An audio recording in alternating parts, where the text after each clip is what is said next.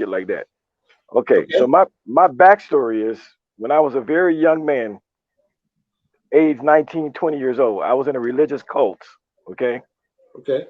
after the cult, after I was in it for 5 years, I left the cult. It was called the Yahwehs down in Miami, Florida. I left the Okay. cult. I left the cult. Went on with my life. Long story short, 1 second. I got to get into it. What kind of cult was this, sir?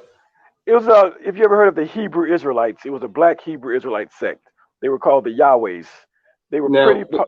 what was Go ahead. controversial about it? Was this what type of things were going on that made it controversial?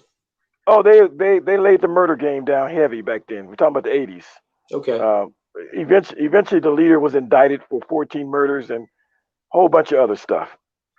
Long story short, I became a government informant. I've written a book about it. I've been on 6 TV shows.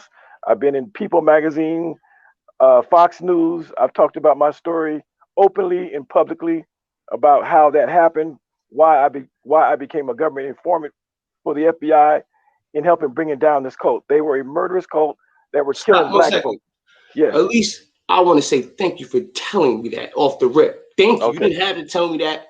Appreciate you for telling me that because a lot of people would have never admitted that. Now, whether you told No. me because you know it's going to come back out or you told me because you rolled the carpet out, I can just thank you for the action that you told me. You feel me? I Okay. appreciate you for doing that.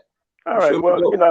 I like to tell people my Continue. backstory so No they can doubt. either say "Oh, we're gonna stop the interview. I don't fuck with you," or most people they understand it wasn't no street shit. It was some civil, civilian shit about a religious cult I got involved with, and all that led up. Now, fast forward.